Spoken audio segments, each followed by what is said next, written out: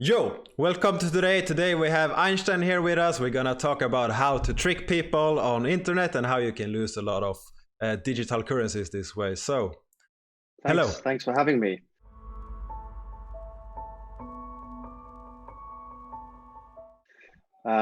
Yeah, I've come back. I've come back from the future. I invented time travel. I just didn't want to tell anyone. So me and Elon Musk have been chilling in the year 3030, but it got a bit boring. So we've come back. It's more fun in 2020. Yeah. When a lot of things happens. No, obviously this is a fake recording, actually live change of a video feed. Yeah, live. Which is amazing. It just takes. This is just one picture of Einstein, and it manages to do pretty good lip syncing and movements. I can smile. And obviously this is not perfect. Most people will understand that Einstein here is not actually Einstein, and he's able to swap picture if he wants to as well. Yeah. And some pictures works better than others. Yeah. Do you want me to show an example? Yeah, why not? Let's see. Who have I got here? Here we go. My name's Craig. I invented Bitcoin. I don't care if you don't believe me. There's Einstein. There's Elon Musk. He doesn't look so good, does he? I think Einstein's the best. Ooh. William went in there for a second. Yeah, Einstein worked best, and of course, if you manage to find a good picture, you can probably do this better. But this is actually not the only way you can do this. If I just share my screen here, this is a recording of a guy that actually has a software that does this, and if you pre-record this, you will actually get better result than if you live stream someone else's mouth. Moving forward, we need to be more vigilant with what we trust from the internet. Not everyone bought it. So as you saw there, I can actually link to this. I think there's a lot of different examples here. Person, the more the better. Oh, it doesn't really show, but you can actually watch the whole video and you can see how this actually how easy it is to create this fake video of someone talking like they did here with Obama. If you have the resources, you need a computer with a decent graphic card to make this happen. Yeah, and it's like, I mean, the program that I'm using, it's all open source, and the one they've used it's called Deepfake Labs. Again, it's all open source. You just have to take the time and the effort to set it all up. And I think the one I'm using is getting better and better and better as well. They and like you said, it all depends on the profile picture. If you can get a good enough picture, and the other thing is, if you really want to scam someone, you can lower the quality and you can pretend, I'm in I'm in the park with my kids, or I'm in the basement at a conference. The quality isn't that good, but I quickly wanted to have a chat. And yeah, unless you know what's possible, it's easy to get scammed. Yeah, it is for sure. And you can, while we're talking, you can actually go back to your own persona. So we don't need to talk to this Einstein anymore. Hooray! Yeah. So I guess you already figured out it was Charles. He will be reoccurring on this channel. We will talk about a lot of these different hacks and scams that people do to trick you. And one of them that we mentioned briefly in the last one is how people trick you on Telegram, and Telegram is just one place. This can be done in a lot of places. So I'm actually gonna, if I take this video, this is actually me. Look here, this is me when I had long hair. Whoa! Look at those muscles. But now you're in the computer all day, so so I have no muscles. I didn't press control when I was zooming. So here's a perfect example of how I found this on Bitcoin forum. I didn't make this picture just to clarify, but this is how a lot of scammers do it on Telegram, where the username looks the same, the picture looks the same, and here is the real one. This is the username, it has this @ symbol. So this is @Marcus LeBlanc. This is the actual user, and this is the fake one. He actually entered it in the BIOS, because if you, as a username, leave it blank, then it will be hidden, and the user that you talk to will not be able to find any username because you don't have any.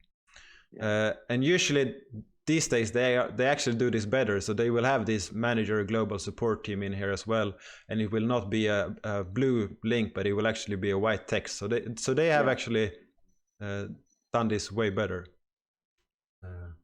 And I think we discussed earlier, they will even go as far as, because you could have multiple profile pictures. So if you click on your profile in Telegram, you could see all the previous pictures you've had in your profile. And so a scammer could do the same. He could download all those pictures and add it to his profile. But the one thing you can look at is the dates of when those photos have been added. So if you see a scammer has got 10 profile pictures, but they were all added the same day in the same minute, then obviously that's it's not that likely that they will do this, and they do it with admins in Wax all the time, and they do it in other channels as well. And then they try to help you if you go and ask a question in one of the public rooms in any cryptocurrency group, any major one. There will be people with fake accounts, and usually they have another account in the channel so you can't find it, and then they switch to another user and they contact you with this fake admin. And this is one way to do it, where we see this is the scam user. They look the same if you just look quickly. They have the same bio, they have the same username almost, and this is something I think they could have done better. But if you just look quickly, you will see that this is Gavir and this is Gaver, so it's one letter extra here. And what they actually could have done is to swap this L here, this is the real username, to a big I, and it will look pretty much the same if you glance. It will look like the same picture, same bio, and same username, just that this L is actually an I. That's how they should have done this, and it will be very hard for you to notice if you haven't spoken with this person before. But I remember when I just joined Wax, obviously there was a lot of channels to join, like different groups, and as soon as I joined, I had 3 people message me, which were all scammers. So I think they wait for new people to join as well, and they just go straight away. It's probably all automated as well. Yeah, probably. And they just wait for people to reply. Yeah, or ask for specific questions. I know if you ask for, you can't access your backup, or you can't access your wallet, or you have trouble sending funds, or you have you want to swap the old Ethereum-based token to the new one, you will instantly get a lot of these messages. And what they will ask you to do is to give you their private key. And Charles, should someone give a private key to another person at any occasion? Never, ever, ever. You don't even give it to your wife or your girlfriend or your husband. And why is that? Well, the private key is the lock to your safe. If you imagine all your crypto funds is locked in a safe or a wallet, that private key is the way you access those funds. And as soon as someone has your private key, it's game over. Is there any way, if I send a private key to someone, what step should I take if we take Wax as an example? Well, if you do send your private key, the best thing to obviously do, it depends whether you send your own or your active, but the best thing you could do really quickly is, I'm trying to think, it's probably quicker just to transfer your funds out. As soon as you can, move your funds and then come back and then update your permissions. Because I think updating your permissions is a little bit harder, and you're going to be in panic mode. So send your money to an account you own, like on an exchange, really, really quickly, and then come back, update your permissions. Because I'm trying to think, is there an easy way for an average user to update these permissions? Probably not, because you need to generate a new key and everything. But there are steps you can take to minimize the damage they can do, and that is, one, to have your owner key set as a different key. Yeah. And you make sure that this owner key is, because if you back down, the Wax account has 2 different keys by default: the owner key and the active key. The owner key is the admin key. This key can do everything you want on your account. The active key can do everything the owner key can except swap the owner key. Yeah. So the active key can be used for everything you need your account for, but the owner key is what you use as security, as insurance for your account. So this should not be entered in the same computer. It should be stored in a safe place. It should never reach any computer with internet access unless you intend to use it. Yeah, that's correct. And that, yeah, like you said, it's only there if you want to update your permissions and you want to change your active key, then you go back. And again, I guess that's the point about if you've now given someone your active key, if your owner key isn't on your computer, you're now going to be scrambling to get it, whether it's a piece of paper or it's in your safe. So yeah, send your money straight away. And okay, now you actually sent this private key to someone and this user has already entered it in his wallet and is gonna take your funds. One step you could have taken before this is to stake the tokens you do not intend to use. Yeah, that's because a good plan. staking tokens protects them in 72 hours. Because if I have your key, I have your account, if I want your stake tokens, I have to hit the unstake command and I have to wait for 72 hours until I get it. That gives you 3 days to get your owner key and swap your active key and take back your account and protect those funds. And the hacker or the scammer will only be able to send those funds that you have liquid. This is something that is very important to understand, that your owner key is your insurance to your account, especially if you stake your tokens. Yeah, that's a very good point. It's almost like the funds you stake is the money you have in the bank. You know, people are not going to steal. They can rob you in the street, so they can rob you of your liquid funds by stealing your wallet. But if you stake that money's in the bank, and and if they have your key and they unstake it, you'll notice. Well, because there are services on Telegram that you should use. Wax Alert and Greenhills Bot. There's 2 different ones. Use either of them. What they will do is they will send you a Telegram message whenever someone transfers funds from you to you, unstakes token or stakes tokens with your account. They have some more features, like if you get some NFTs and stuff like that. But what you really need to use them for is when something happens on your account. So you can see, if you don't know that your computer was hacked, you will at least get the notification, and you have these 3 days, the unstake period, to find your key, find this message. So even if you don't see the message directly, you at least have this owner key and you can recover if you have proper notifications. Yeah, because I mean, the whole idea of scamming someone is you don't want them to know they've been scammed. So you might not clock. You've given your private key. You don't think anything on. You go to bed and suddenly you wake up in the morning. Oh, what have I done? I shouldn't have done that. And yeah, if you have these alerts, at least you know what's happening and you can take appropriate action. Yeah, and one great way to protect your funds, if you have a lot of value, is to have a separate account with the tokens that you want to secure. And this account is set up better. Perhaps you're using a hardware wallet. A hardware wallet is where you have this USB stick pretty much with a cable connected to your computer, which has the private keys, and the private keys never enter your device. So that they are pretty secure in there. And if you have them there on your account with a lot of tokens, then you can use a cloud wallet as your hot wallet, the one where you send tokens to use for exchanges, for dApps and everything. And it's easy and convenient. You don't need to pull up a separate computer, or you don't need to pull up your hardware wallet and sign it every time, and risk losing all the funds on your cold wallet. It's definitely worth spending the money on a hardware wallet. And a lot of them these days, like Ledger or Trezor, they support multiple tokens. So, you know, if you're a WAC user and you've got other tokens as well, that's fine. You get one of these hardware wallets and it stores all your tokens, and you know the private keys never leave the device. There is one risk. If you use this and sign a transaction on a malicious site, you may not know what you're signing. Yes. We mentioned it last time. There is people that lost Bitcoin. There's people that lost. One common one on EOS is that they have a website that looks like the correct one, or you sign up for an airdrop, you enter your account and they tell you that you want to sign up for just sign a transaction that shows that you want this airdrop, but it's actually update off, which means that you change your keys. And if you have this owner key, they will take your account.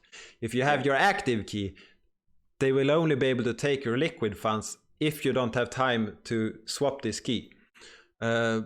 So never have the owner key in any wallet Yeah.